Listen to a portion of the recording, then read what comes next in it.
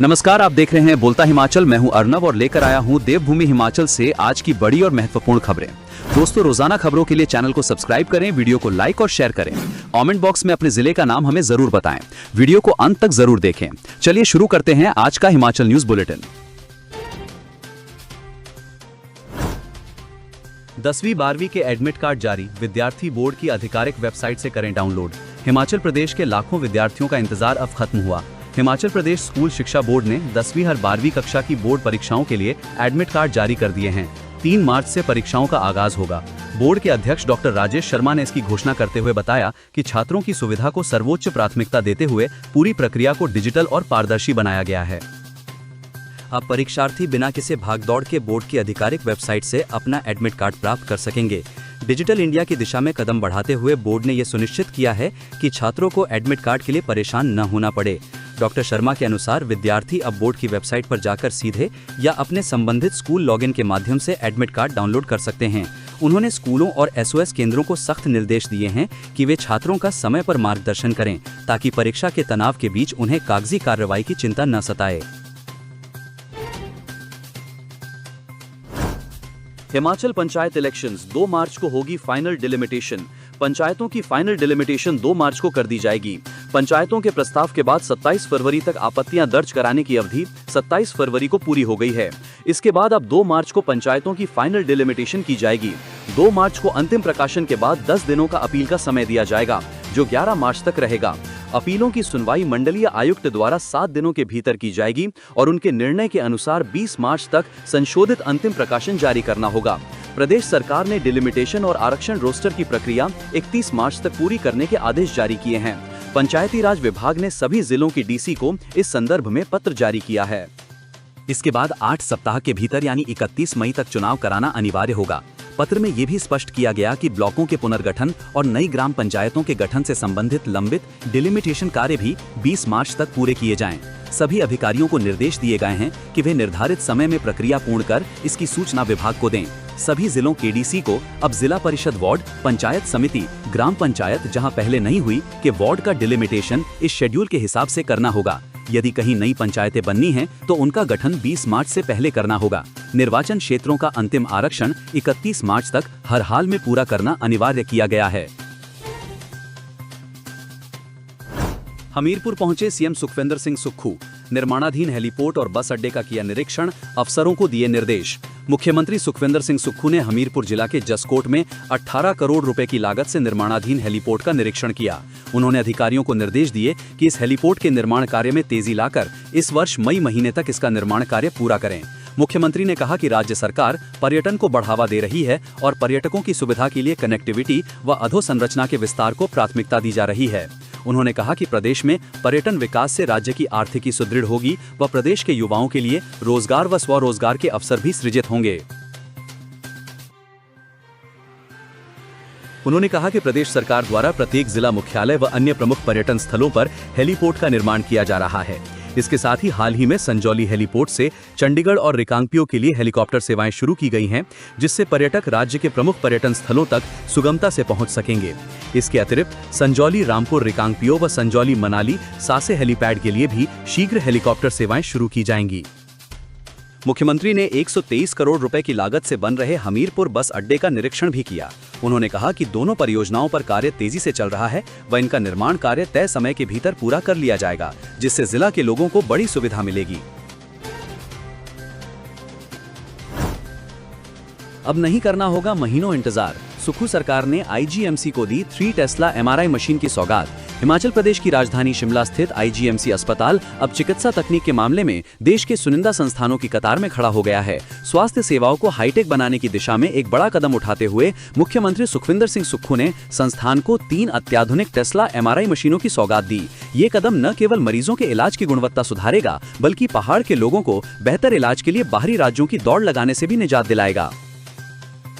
High resolution तकनीक से शरीर के आंतरिक अंगों की तस्वीरें बेहद साफ आएंगी, जिससे डॉक्टर बीमारी की जड़ तक आसानी से पहुंच सकेंगे।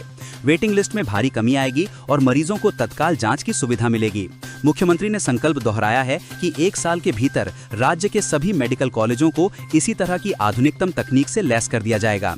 आईजीएमसी में अब तक करीब 2 दशकों 19 साल पुरानी 1.5 टेस्ला मशीन के भरोसे एमआरआई स्कैन किए जा रहे थे। पुरानी तकनीक के कारण न केवल रिपोर्ट आने में देरी होती ही, बल्कि मरीजों को महीनों का इंतजार करना पड़ता था। इस अवसर पर मुख्यमंत्री सुक्खू ने पूर्ववर्ती भाजपा सरकार की कार्यप्रणाली पर भी कड़े सवाल उठाए।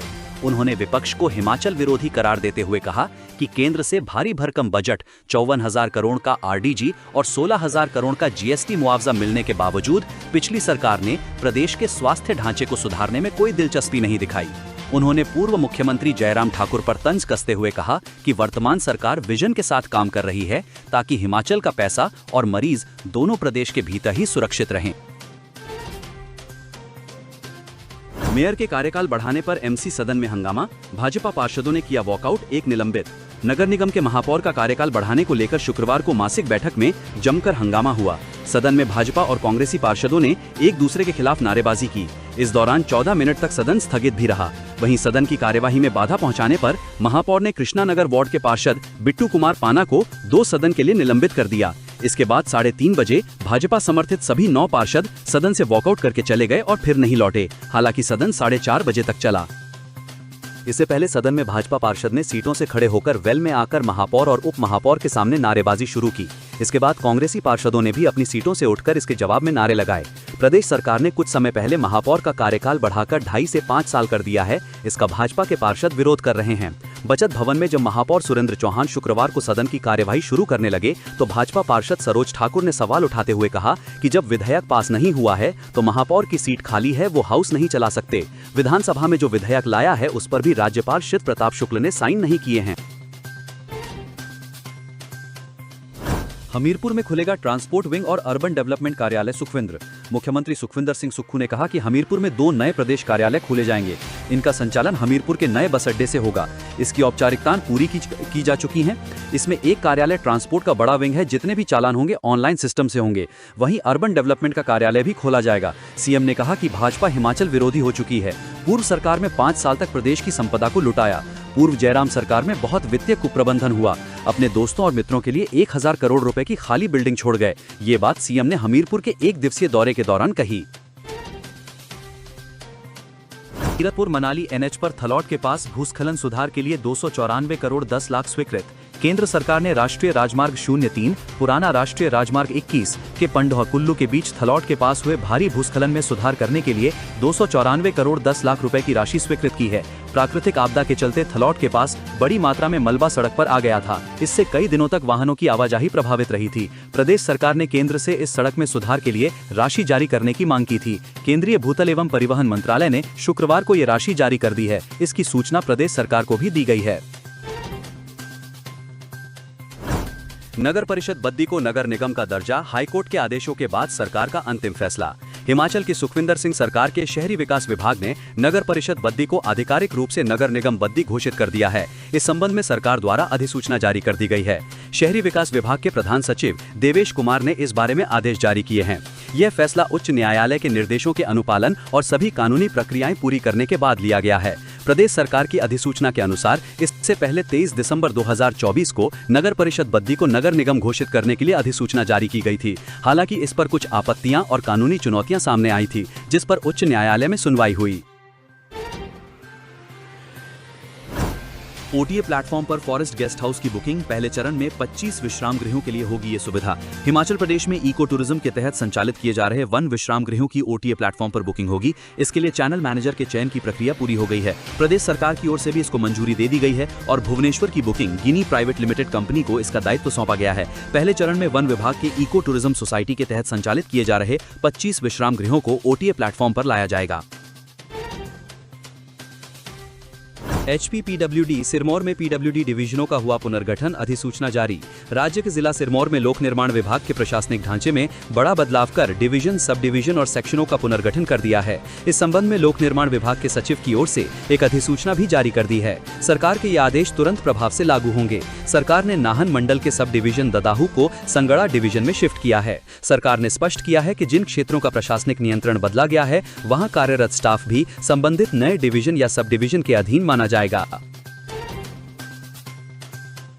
फिर आर्थिक संकट में फंसी हिमाचल सरकार, लिया 1030 करोड़ रुपए कर्ज। आर्थिक चुनौतियों का सामना कर रही हिमाचल प्रदेश सरकार ने अपनी वित्तीय जरूरतों को पूरा करने के लिए एक बार फिर कर्ज का सहारा लिया है। राज्य सरकार ने 1030 करोड़ रुपए का नया ऋण लिया है, जिसके संबंध में वित्त विभाग ने आधिकारिक अधिसूचना जारी कर दी है। ये ऋण आगामी 20 वर्षों के लिए लिया गया है। वित्त विभाग के प्रधान सचिव देवेश कुमार द्वारा जारी अधिसूचना के अनुसार इस धनराशि का उपयोग राज्य में प्रस्तावित विकासात्मक योजनाओं को गति देने, बुनियादी ढांचे को मजबूत करने और विभिन्न जन कल्याणकारी कार्यक्रमों के संचालन में किया जाएगा।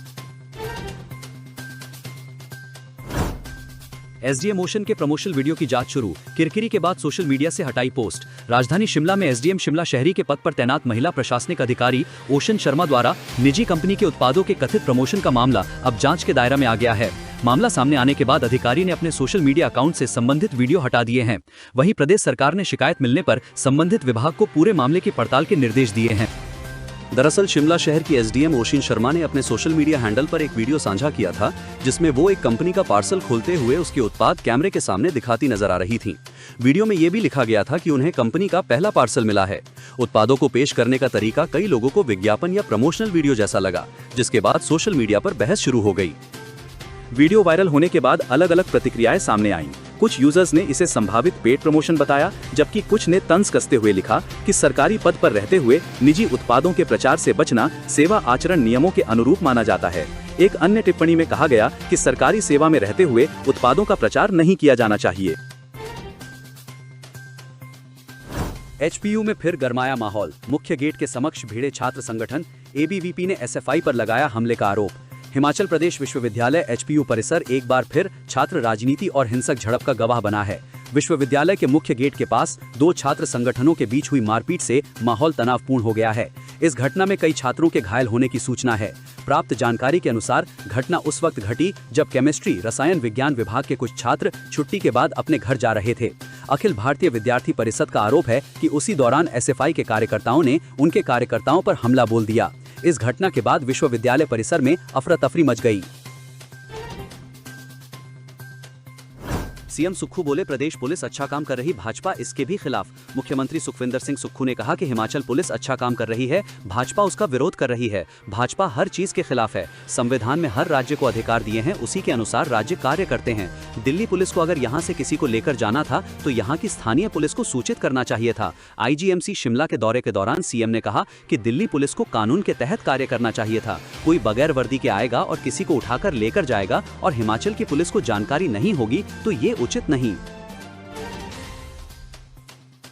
डिग्री पूरी न करने वाले अभ्यर्थियों को परीक्षा देने का विशेष मौका। हिमाचल प्रदेश तकनीकी विश्वविद्यालय हमीरपुर ने निर्धारित समय सीमा के भीतर अपनी डिग्री पूरी न कर पाने वाले या उत्तीर्ण न हो पाने वाले सभी अभ्यर्थियों को मई-जून 2026 में प्रस्तावित परीक्षा में विशेष मौका देने का निर्णय लिया है। तकनीकी विवि के परीक्षा नियंत्रक ने कहा कि B Tech, B pharmacy, allopathy, Ayurveda के पहले से 8वें सेमेस्टर तक के ओल्ड और न्यू सिलेबस के अभ्यर्थी परीक्षा के लिए ऑफलाइन आवेदन 20 मार्च तक कर सकते हैं।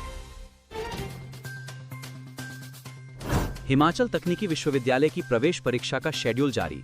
हिमाचल प्रदेश तकनीकी विश्वविद्यालय हमीरपुर ने आगामी शैक्षणिक सत्र 2026-27 के Himachal Pradesh common entrance test HPCET की तिथि की अधिसूचित की है। तकनीकी विवि का कॉमन एंट्रेंस टेस्ट अब 9 व 10 मई को होगा। तकनीकी विवि के कुल सचिव एवं परीक्षा नियंत्रक अनुपम ठाकुर ने कहा कि इस बार कॉमन एंट्रेंस टेस्ट 9 व 10 मई को आयोजित किया जाएगा। 9 मई को सुबह के सत्र में 9 से 11 बजे तक BSc HM and CTB HMC और MSc पर्यावरण विज्ञान की प्रवेश परीक्षा होगी। जिले में सफेद जहर परोसने वाले गिरोह का सरगना फिरोजपुर से गिरफ्तार, शिमला पुलिस ने किया खुलासा। पंजाब से जिला शिमला के रोहड़ू के लिए हो रही चिट्टा तस्करी के मामले में पुलिस ने गिरोह के मुख्य सरगना को फिरोजपुर से गिरफ्तार कर लिया है।